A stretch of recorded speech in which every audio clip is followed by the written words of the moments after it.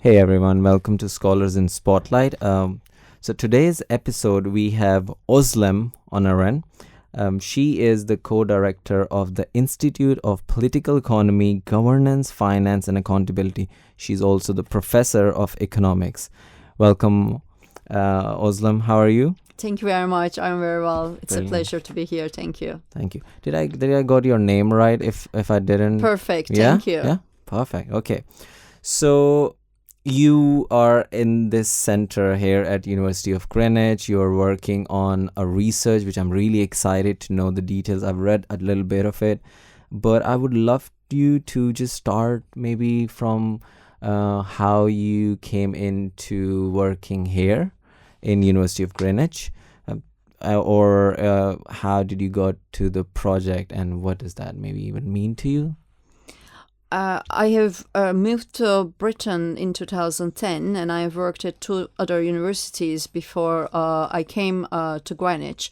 Obviously, why Britain is obvious. It's the center of higher education, and it is in particular very important in terms of economics, research and teaching. But why Greenwich dates back to some very important sources of inspiration for me in developing my own research agenda, my career, starting from the years of my PhD as a young researcher. Philip Orestes was one of the very inspirational researchers and professors in terms of shaping my thinking in economics. And Philip had been here at what was then the Thames Polytechnic from 1974 to late 1980s. And the way I first heard about Thames Polytechnic was a working paper series Philip Orestes had edited when he was at Greenwich, the so-called Thames Papers in Political Economy, with some very prominent thinkers in economics as part of the authors of the series, ranging from starting with actually John Robinson, including late Hyman Minsky, late Fred Lee, among others. Vicky Chick, who is one of the most prominent Keynesian scholars of our time today, also based in Britain, had also written for the Thames Papers in Political Economy. So I had read several contributions. I used to cite one of them by Rawthorne very often in my PhD and the papers I published out of my PhD. So when I moved to Britain, Philip Orestes was a very important mentor and role model for me. Sadly, he wasn't at the University of Greenwich anymore, but when the opening at Greenwich came, it for me always represented this legacy. So one of the first things I did after I came here was to launch what we now call Greenwich Papers in Political Economy. It is basically continuing Thames Papers in Political Economy, which had ended in 1989. And I have to say, I have gone through the extra mile to collect each hard copy of the Thames Papers in Political Economy, and with the help of the great librarians we have here at Greenwich, we have digitalized them, and they are now available under the website publications tag of one of our centers in the Institute of PECFA, under the center Greenwich Political Economy Research Center. Wow, that was interesting. There's a strong link, yes. Yeah, wow, this is great. So all these papers have some sort of chronological track, or how you have put it in there. They were quarterly working papers by invitation from 1974 to 89. Then it was interrupted. Now we are having this legacy, and we have about 100 working papers and policy briefs. They're all free and online, available in the new series of Greenwich Papers in Political Economy and policy briefs, but we have also uploaded that 15 years worth of legacy in a digitalized way, and we have the, of course, hard copies in the library too. So if anyone here from Greenwich, any of the students, what kind of subjects, or what do you think who would get help from it if they want to go and check it out? So maybe some of the students are not aware that it would be useful for them. So if you have any kind of suggestions about, okay, if you're reading or in business or economy, or if you are even doing some sort of a social research course, who could it be useful for?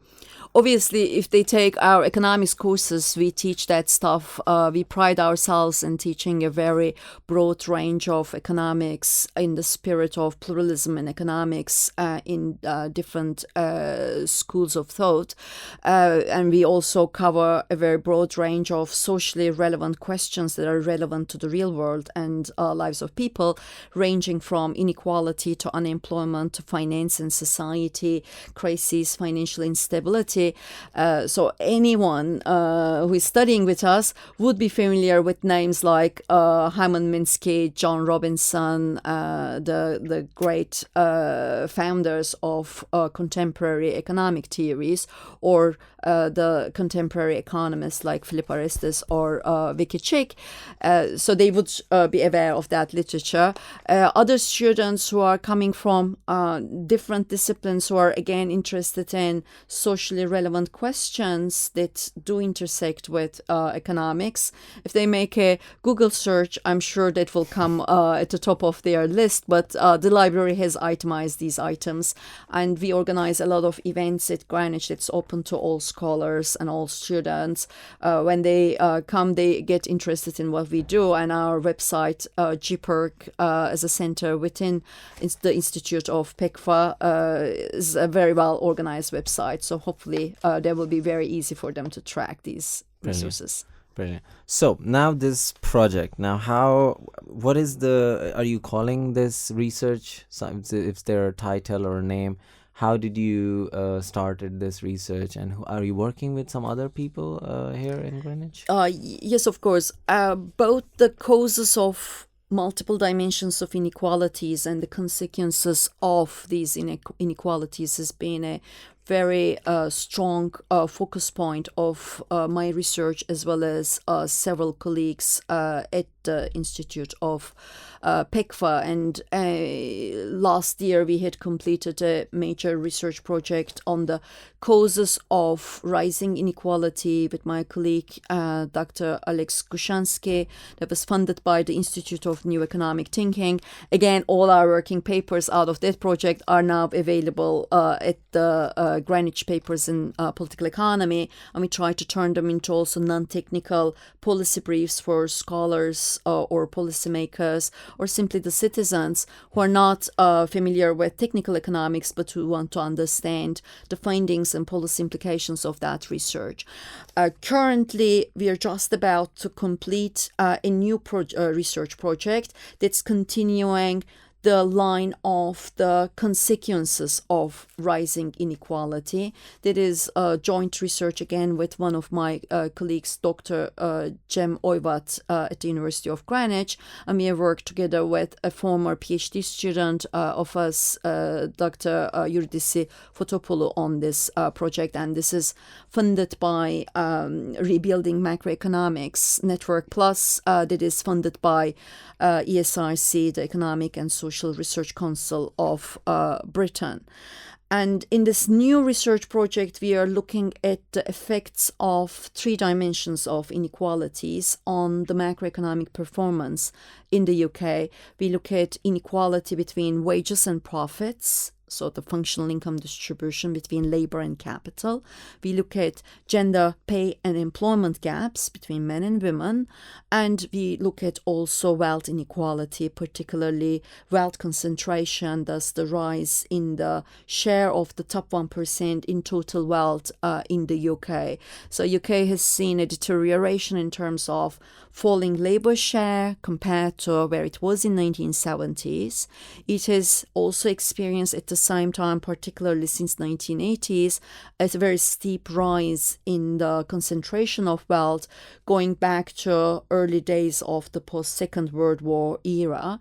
And gender pay gap is one of the highest in the UK compared to other developed economies, despite the gains that has been done in terms of access to education, equality in terms of attainment. Women are still substantially lagging behind men in terms of average pay, and there is a very strong segregation in terms of occupational segregation, and women also tend to still do as high as 2/3 of all the unpaid care work in the domestic sphere.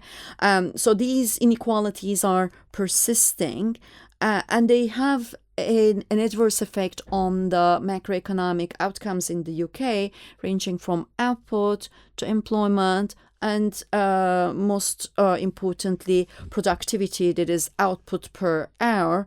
UK is again one of the countries with the lowest labor productivity in terms of output produced per hour of work among the advanced countries in the world. So we try to see how inequalities affect macroeconomic performance, and we also are interested in what the governments can do in terms of using, in particular, fiscal policy in terms of public spending decisions, but also taxation decisions, taxation of income as well as wealth, to create an environment that's more conducive to equality, good jobs, high employment rates, but also high productivity. Okay.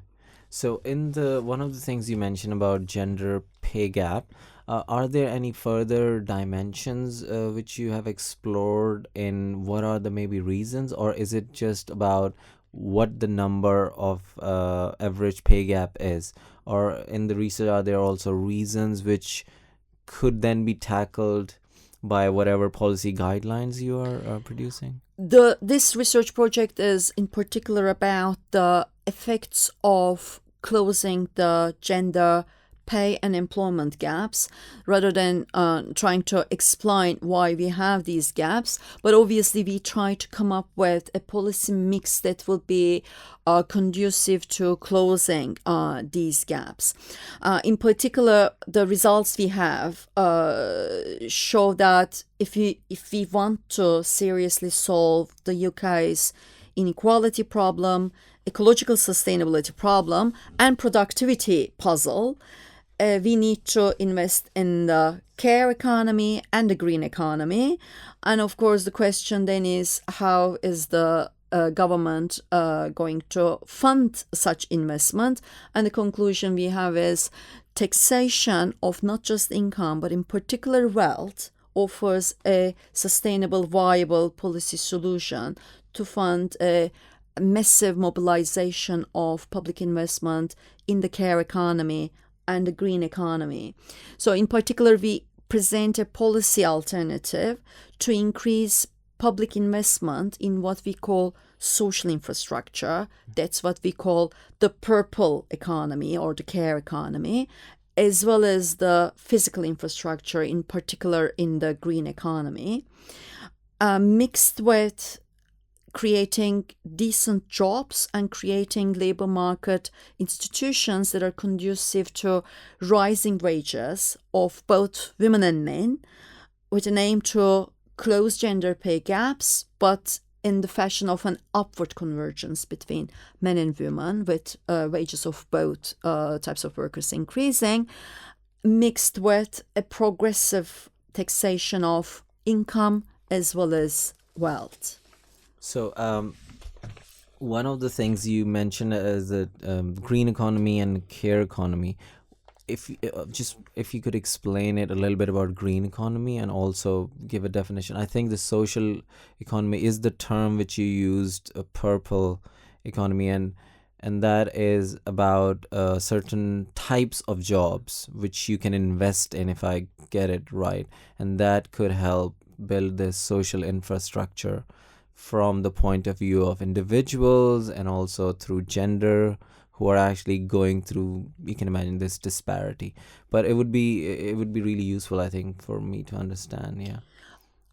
The physical infrastructure investment that we are proposing in the research proposal, in our opinion, given the urgent questions of our time, has to focus on investing, public investment to promote and support ecological sustainability. And therefore, we label that as the green physical public investment.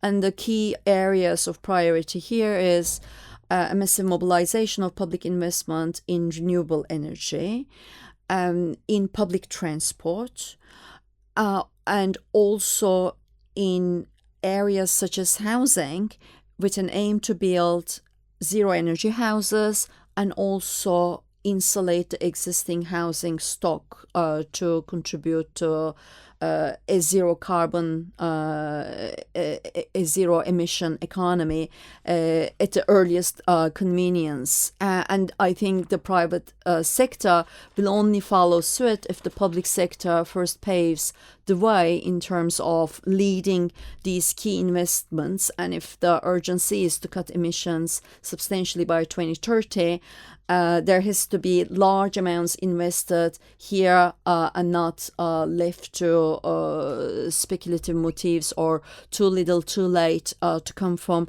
private investment. So that's the green side of the economy. When we talk about the purple or care infrastructure, we deliberately use the word investment, public investment in infrastructure, in social infrastructure, to get the attention of the citizens to the fact that today's national accounts and government policies do not consider the spending that we made in teachers, nurses, nursery teachers, or social care workers as investment. So just to give you an example, if you build a hospital, that building is seen as physical infrastructure and it's seen as public investment in infrastructure. But if we hire doctors and nurses to work in that hospital, that's seen as current spending rather than investment. The point we are making is the work of the nurses, doctors, in the same way teachers and nursery teachers and also social care workers is investment in our human capabilities.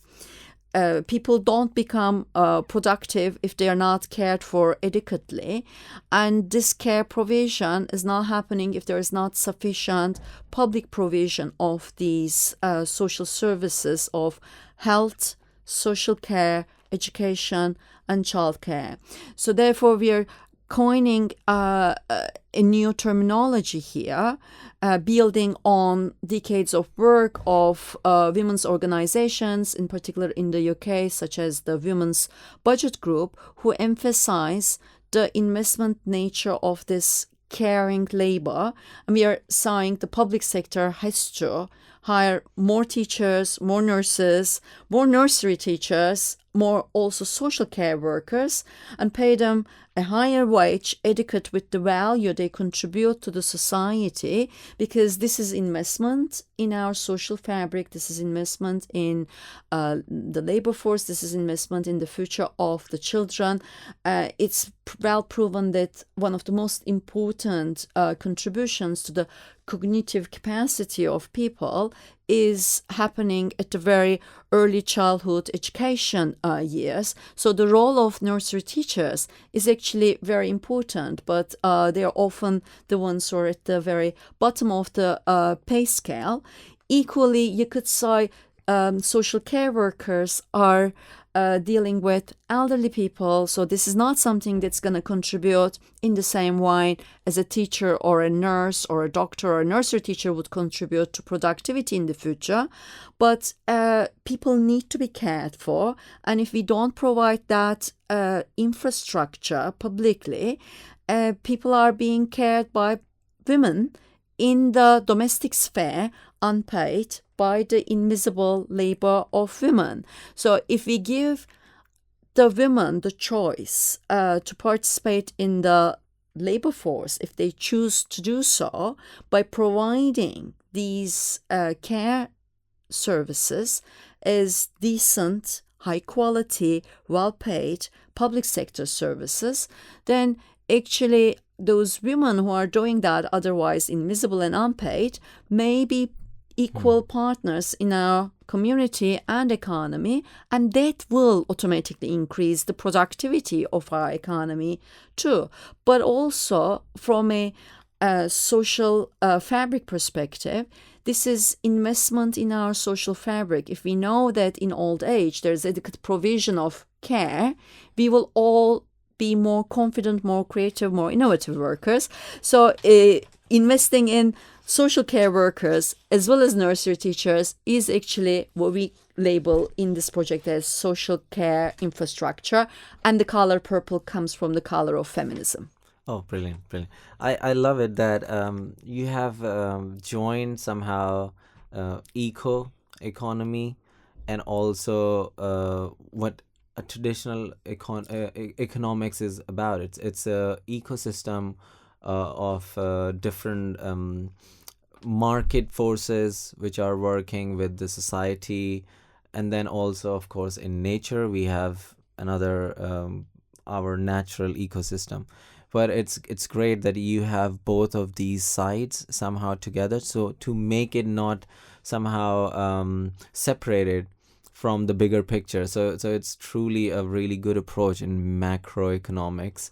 And secondly, I think it's amazing that the research is telling that, okay, so women they are happen to be in these kind of sectors, and so yeah, I mean, it's controversial sometimes that you want to say that, determine that why they are there and how could we make them go. But you are saying, okay, the situation is this, and these are the areas, so we can actually build a policy around the situation we have, which will empower these individuals who happen to be in either care industry or exactly the jobs which does not even pay anything, and the women are caring in domestic area, allow them through these economic policies to have the chance to participate in labor force. Now please tell me what if I'm saying, I'm just repeating what I'm understanding, and also the rise of gig economy through this technology. But actually, if we understand where the market is right now and somehow create these policies through these research, where the people who does not have chance to participate in this market force would then have a choice to actually go in and maybe earn, and that means that they are also contributing to an overall cycle of this country, which somehow can then close the gap and the disparity, and that effect would also help the jobs even at other genders, and of course for the men in different percentage maybe, so that somehow this could be this could whole be moving towards equality.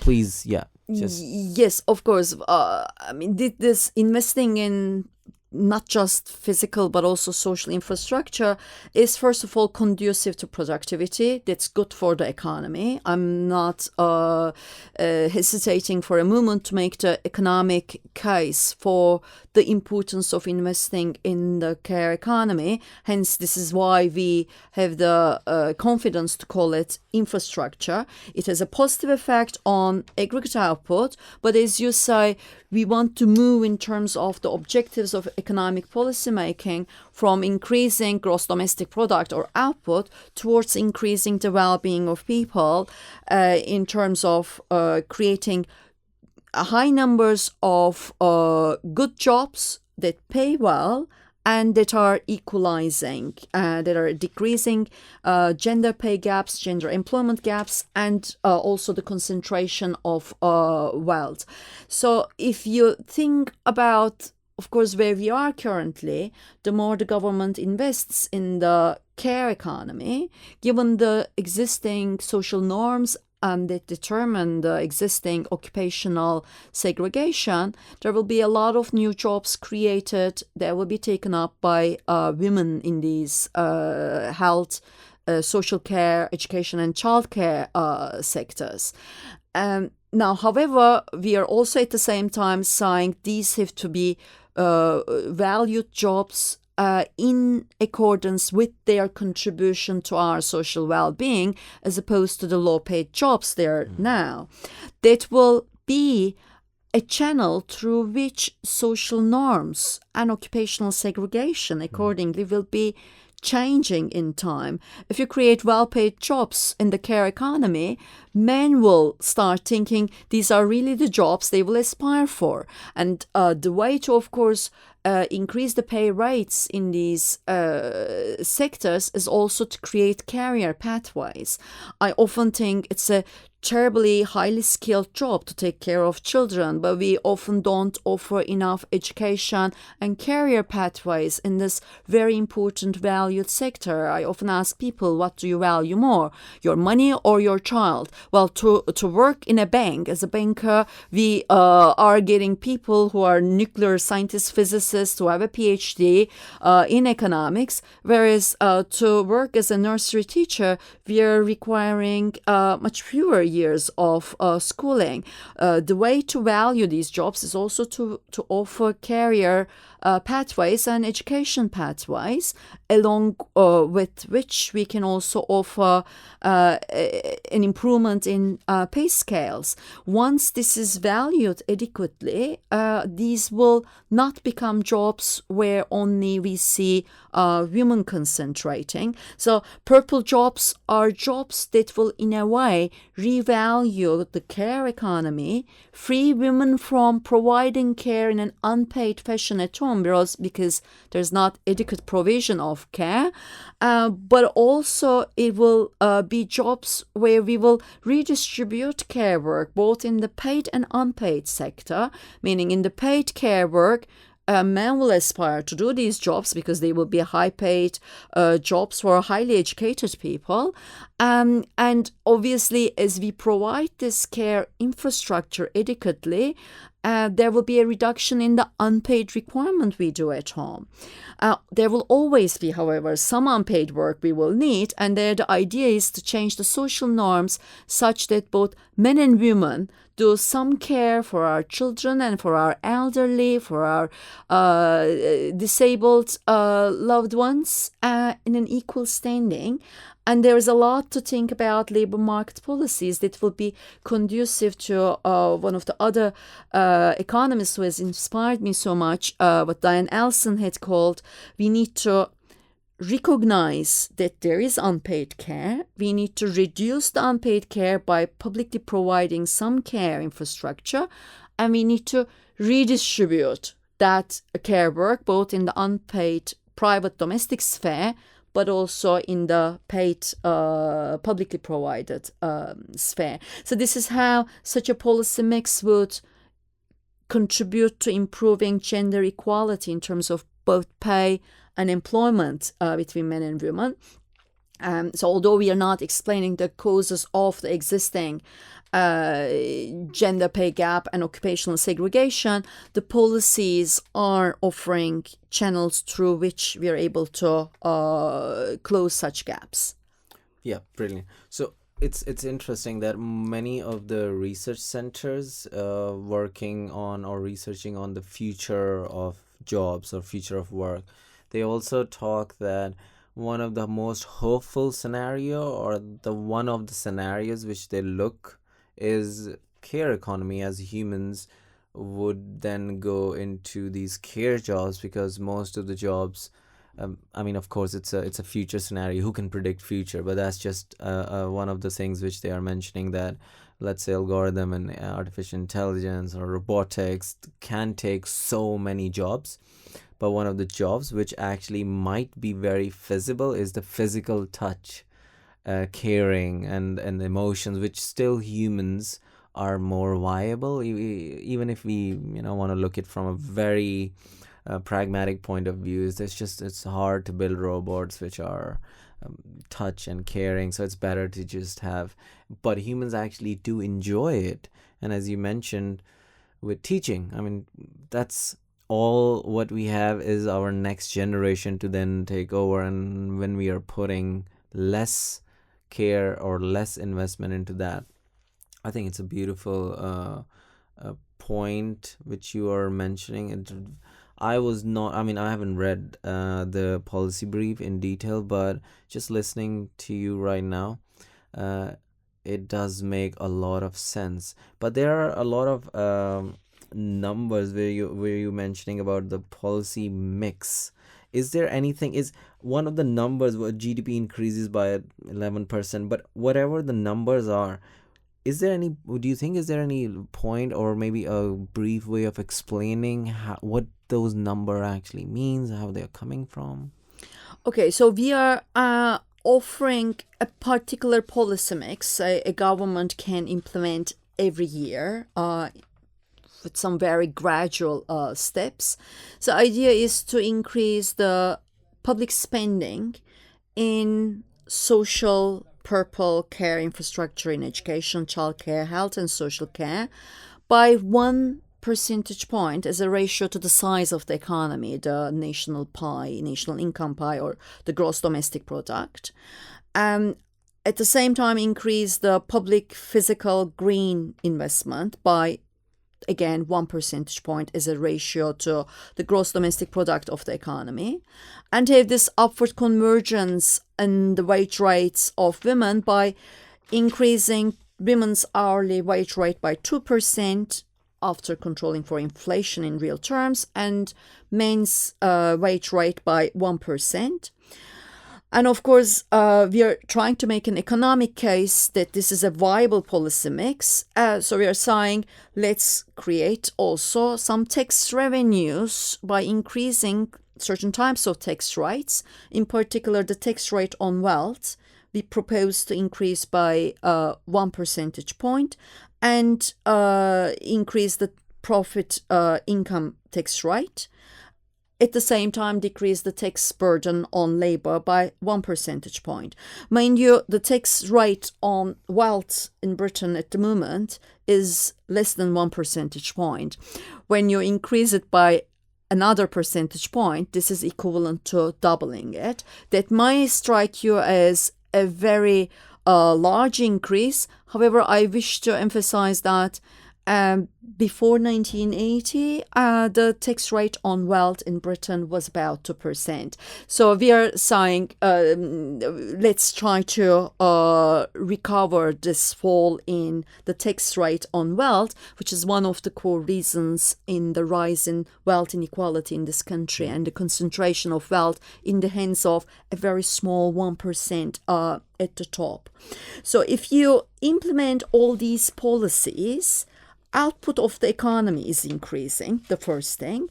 Hence, the output, gross domestic product, the national income in the UK is driven by more equality as opposed to what some would say more inequality. In Britain, more equality leads to more output.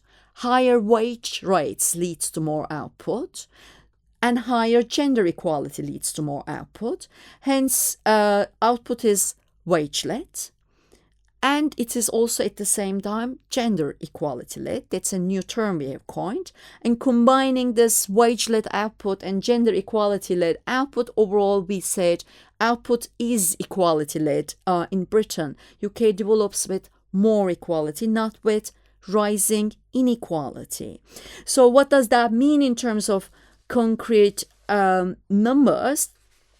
We would get overall more output, more employment, not just for women, but also for men, overall more hours of work, and higher productivity, thus more output per hour we work.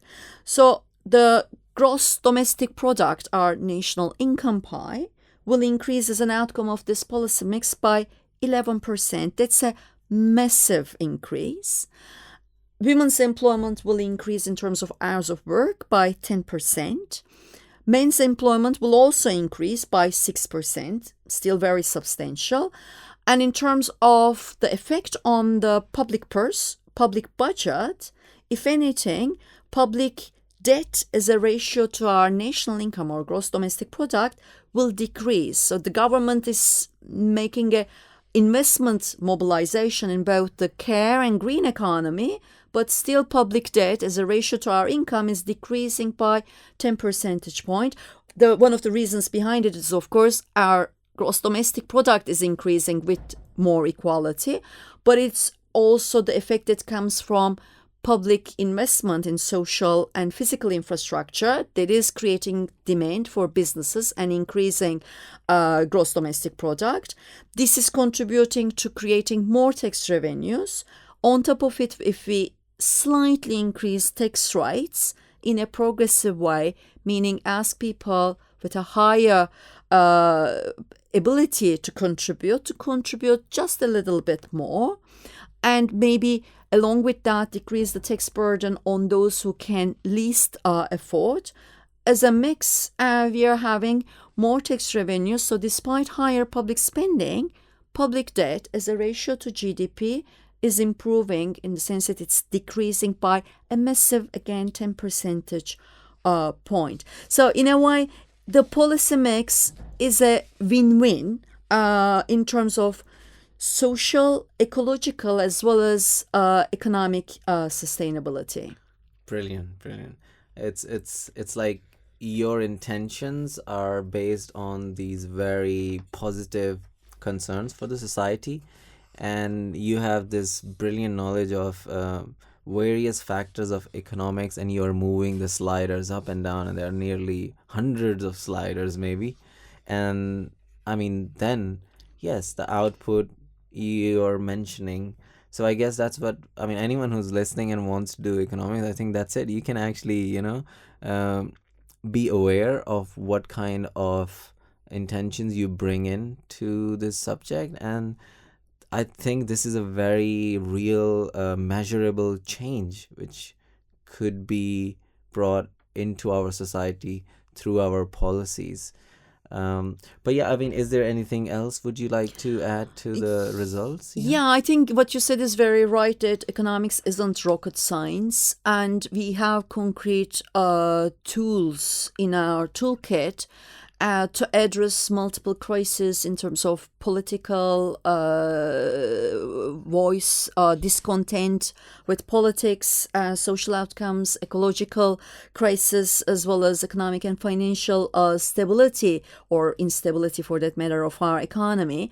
And I wish to highlight some of the tools that are existing in our toolkit that we can mobilize, particularly in addition to, of course, public spending and taxation policies, which are very clearly available in our toolkit. Some labor market policies, such as, for example, increasing the current minimum wage, would be a very effective way of achieving this upward convergence in wages.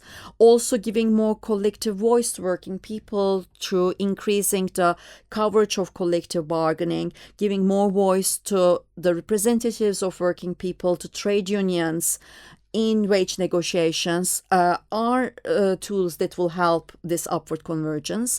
And in terms of gender pay gaps, obviously we have an equal pay legislation. We have to work on enforcing that adequately, and also think of ways of higher pay rises, maybe in occupations that are at the bottom half of the pay distribution, pay scale, where actually women or ethnic minorities or migrants also constitute a large share of the workforce.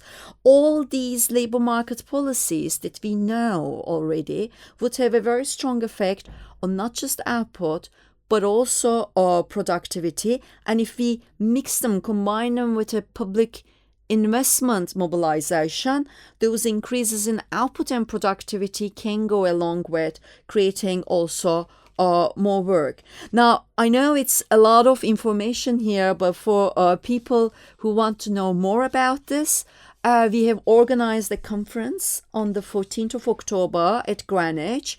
We will present our results, and we will also have research presented by speakers from the United Nations International Labour Office, from the OECD, from the Women's Budget Group, which I have mentioned before in my talk as well as the National Institute of Economic and Social Research, and the rebuilding macroeconomics network of research.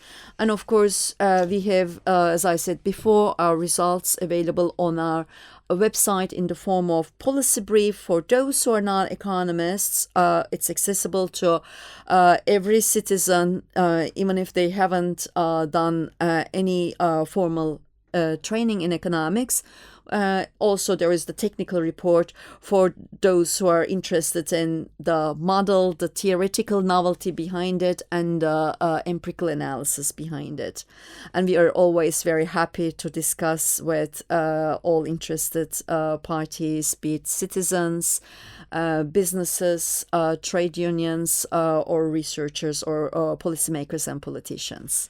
Brilliant, brilliant. Thank you so much. I would add all your information, and if someone want to contact yourself, I will give the email, or if there is some social media handles. Thank you so much for being here. My pleasure. Brilliant. It was a pleasure. Bye, everyone.